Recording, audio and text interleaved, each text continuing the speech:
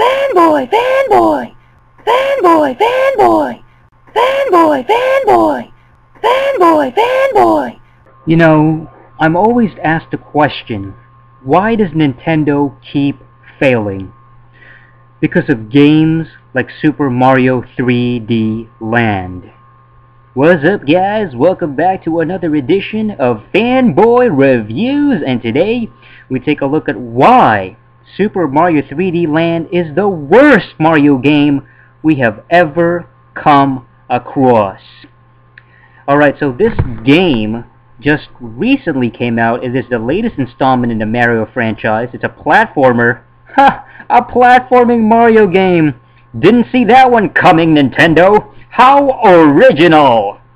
Sarcasm off! But this game was developed by Nintendo EAD Tokyo for the 3DS. The game was released in Japan on November 3rd, 2011, in North America on November 13th, and in Europe, November 18th. Alright, and this game has already sold over 5 million copies around the world, and making it, right now, it's the best-selling game for the 3DS. Absolutely horrible news. This is not a good sign. If this is the best the 3DS has to offer, the fans are not going to buy any more games for the 3DS. This kind of quality is not what we expect.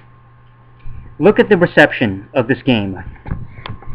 The aggregate scores right now on game rankings is 90.19%, Metacritic 90 out of 100. Review scores, 1up.com gave it a B+. A B+. A Mario game got a B!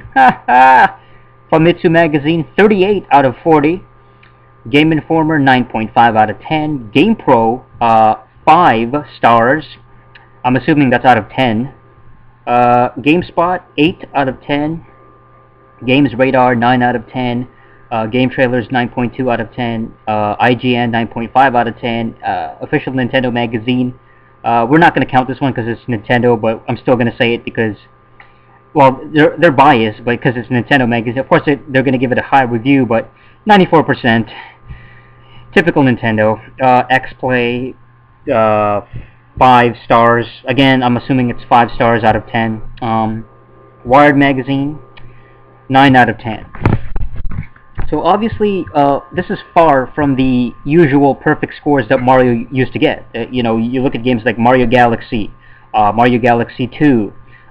These are classic Mario games for the Wii, just must-have titles. Amazing games that are so revolutionary. These are perfect 10s.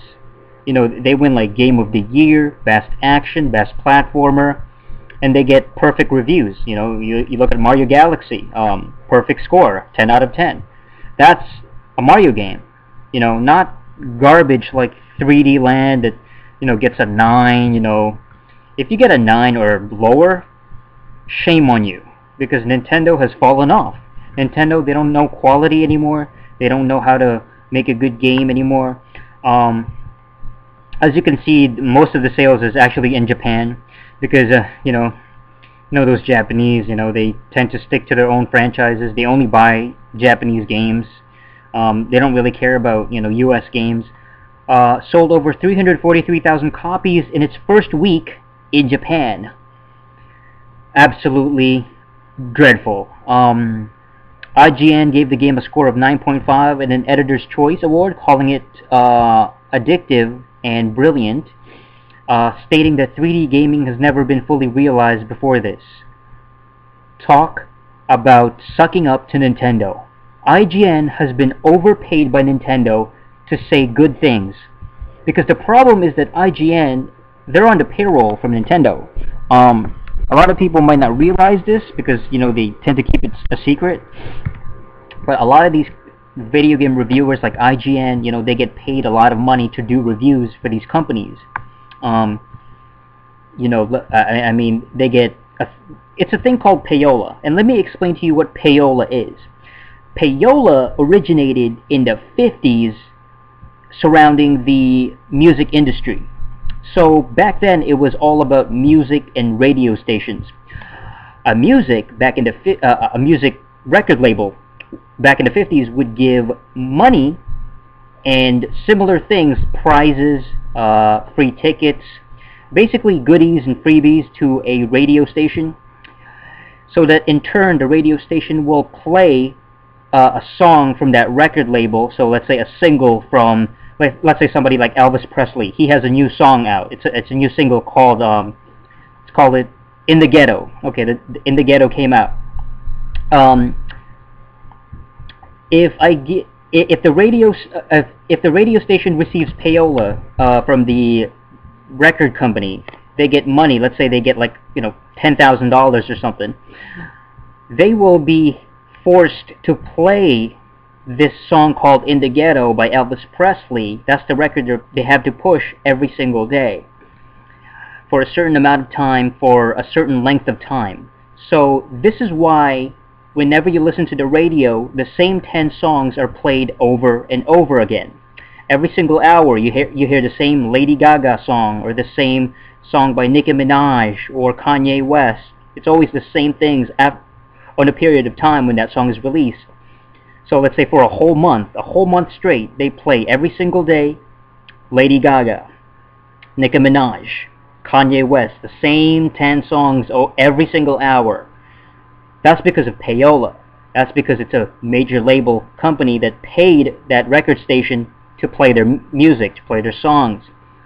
This is why every single week, it seems like every week or every 2 weeks or so, a record station, let's say K1 95.3, they have free tickets, they have contests, they hold little contests on the radio, like, oh, call in, be the 10th caller, we'll give you a free ticket to somebody's concert. Or call in, you can win a $500 trip to Hawaii. Or win 2 free tickets to Mexico. These are usually paid for by the record companies themselves. They are payola prizes. Payola is now being used in every single aspect of entertainment, including the video game industry. Nintendo pays these video game companies, I should say these video game reviewers, to review their games and give them high ratings, high rankings, high scores. That's why every single Zelda game and every single Mario game has gotten a lot of high scores every single time, because of payola. Even some of the crappy ones, the ones that aren't as well received, so you're talking about games like Twilight Princess. Not a lot of people like Twilight Princess. Some people said it was the worst Zelda game in the franchise. There's nothing original about it. The gameplay sucked. But it still got really high scores and reviews from professional video game reviewers and websites and publications and magazines. This is all because of payola. Nintendo is greedy, they're corrupt, and this all leads to what we're talking about today, Super Mario 3D Land. 3D Land is a crappy game, but why is it getting such high reviews? Because Nintendo pays video game reviewers. And that's all there is to it. That's why they still sell so many copies. 5 million copies sold in just that short amount of time? Something's not right here. Something is definitely shifty and shady, and you can't trust Nintendo. You can't trust, it's that Japanese connection. I mean, look at this. Screw Attack gave the game a 9 out of 10 for the special worlds as offered for the second quest, but was originally going to give it a 7 out of 10 for its easy gameplay. 7 out of 10 originally. But then they changed it for a 9? Something's definitely going on there. Somebody was paid. And I think Screw Attack, somebody has a much bigger pocket after giving it a 9 out of 10. Let me tell you something. And award shows are no different. You look at the game. Super Mario 3D Land won the best handheld game of 2011 Spike Video Game Awards. Spike, they're the exact same thing. Video game award shows, exact same thing. They get paid for video game companies to advertise their games and for awards. This is why every single year the UFC video game wins some kind of award as best single single action sports game or some made-up crap to... Basically, it's just a reason to give an award to a UFC game, because UFC is affiliated with freaking Spike. They're the highest rated program on Spike TV. Of course, they're gonna give the UFC an award. Of course, they're gonna, you know, give it a handout, you know, a freebie, basically, to, this made-up genre, this made-up category that it doesn't even really belong in. Super Mario 3D Land was awarded the Best Platform Game Award and Nintendo 3DS Game of the Year 2011 by Game Trailers. Game Trailers is another company that's, you know, in the payroll from Nintendo, as you can see here. And should I even count Nintendo Life?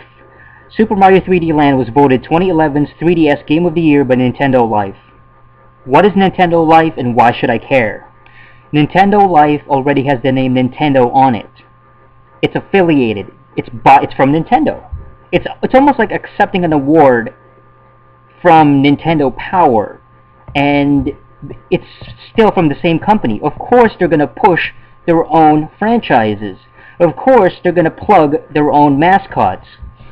It's not like it's not like you know, Killzone for the PSP is gonna win Nintendo, you know, Nintendo Power Award or Nintendo Life or something like that.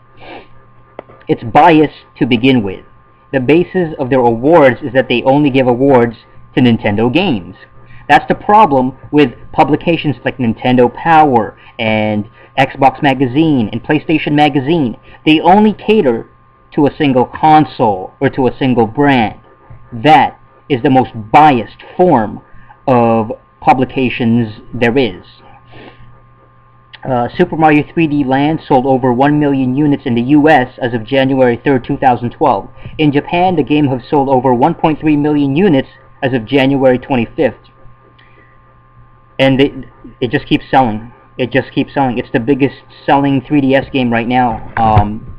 I can't believe it. It's really bad. The graphics aren't even that good. It just looks exactly like Super Mario 64. It's basically just a cross. The gameplay itself is a cross between Mario Galaxy and Mario 64, meaning there's no originality. It's not an original game. It's just a rip-off of older Mario games. It's not innovative. It's basically the same. We're getting the same kind of style, the same things, just with gimmick 3D. So, overall, the final verdict: Super Mario 3D Land absolutely, completely sucks. Alright, so that's it for this episode of Fanboy Reviews. And until next time, keep fanboying. Yeah! Subscribe, stupid. Subscribe, stupid. Subscribe, stupid. Subscribe, stupid.